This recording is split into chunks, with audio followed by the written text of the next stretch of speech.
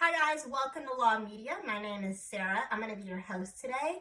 And today I came on to talk to you guys about the Ahmed Arbery shooting. If you aren't familiar, in February, in southern Georgia, the city is called Brunswick, there was a shooting of a 25-year-old named Ahmed Arbery. And Mr. Arbery, there's a videotape of this. We have Mr. Arbery running up a road, and on the road, there's a pickup truck just sitting there, and there's one guy standing in the back with a gun, and there's another person with one of the doors open, and I didn't see a gun in the video at that point. So Mr. Arbery tries to go around that pickup truck, and a struggle ensues, and we see the son, who we now know is Travis McMichaels. The father is Gregory McMichaels. We see the son point the shotgun at his father and Mr. Arbery, who are struggling on the ground, and he shoots Mr. Arbery. A couple of moments later, Mr. Arbery then collapses. So in May of this year, this month, the charges were finally put in place against the McMichaels. At first, the killing happened and it just kind of stayed local. There were no charges pressed. The prosecutor basically said that the McMichaels were acting in self-defense. And they said that the McMichaels had every right to stop Mr. Arbery and question him about whatever, that they were in their rights. And when Mr. Arbery, when the fight ensued, that they were only acting in self-defense. So that was the original rationale of why Mr. Gregory McMichaels and Travis McMichaels, father and son, were not arrested.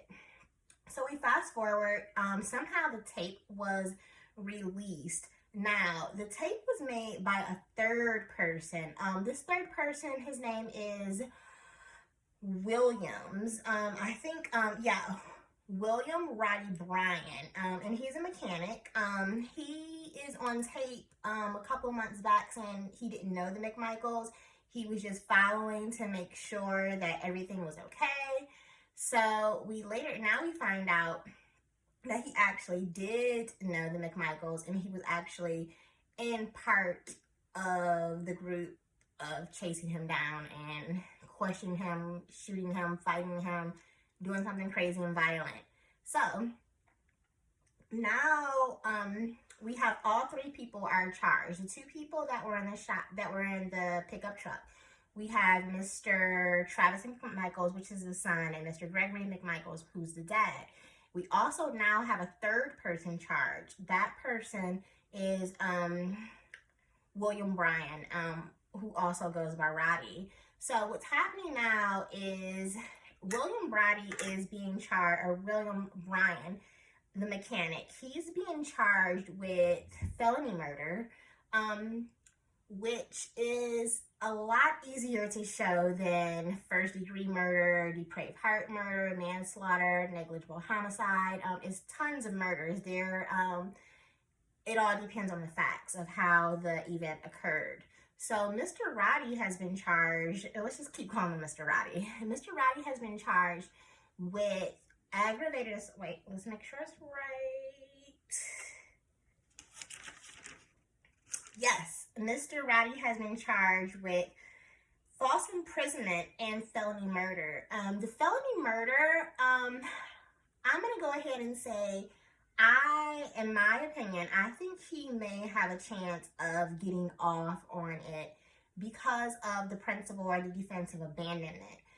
The videotape does not show Mr. Roddy, who was making the video.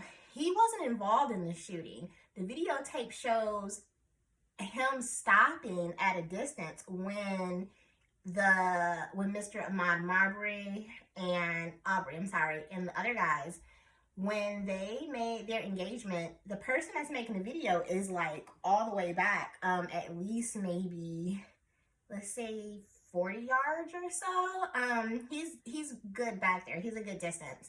So abandonment basically is just saying that defendant is saying that, hey, yeah, I knew about this crime or that it was happening. I was a part of it. However, I stopped. I failed to commit the crime. Basically, I withdrew before the act happened. And the guy that's making the videotape, he did not engage in any type of confrontation with Mr. Arbery. He did not, from any of the facts that I got, have a weapon. By the way, Mr. Arbery didn't have a weapon either. And he did appear to stop, and this is recorded. So I do think he has a good defense. I'm not sure exactly how the laws go in the state of Georgia, but this particular defendant, I do think he has a good defense. Now let's go ahead and look at the father and son. Yikes. First of all, if you know anybody that likes doing crazy stuff or that are violent, if they're saying violent stuff, if they're displaying signs of aggression, like, oh my God, the next person that walks down the street, I'm going to do something to them, call the police, and sometimes call a healthcare professional. A lot of these people are sick. Not saying that the defendants are sick, but a lot of these people are mentally ill. To think that you have the right to go and ride down on somebody and chase them down and ask questions, whether you used to be a cop or not, is just, it's problematic. It's definitely problematic. So there's definitely a race element to it, that some people are saying that Mr. Arbery was the victim of a modern day lynching. They're saying that Mr. Arbery was hunted. There's also a record. I don't know. I gained a ton of weight during Corona and this COVID, so y'all are gonna have to excuse me. Like, some of my clothes are, well, I guess all of my clothes are exactly the same and I changed, but whatever. So keeping it going, I find that the father and the son that are charged with, now they're charged with murder, and aggravated assault. To show aggravated assault, basically you have to show that a fight was going down, somebody was going to get hit, and a weapon was involved. Somebody was going to use a weapon.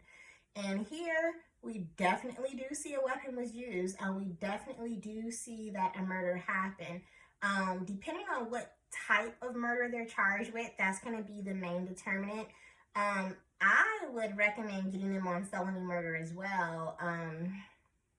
Just because felony murder is easier, and sometimes you want to just go and do what's easy. You don't want to have to do a whole long proving willfulness, premeditation. I mean, it's a ton to prove murder. That's one of the hardest charges to prove.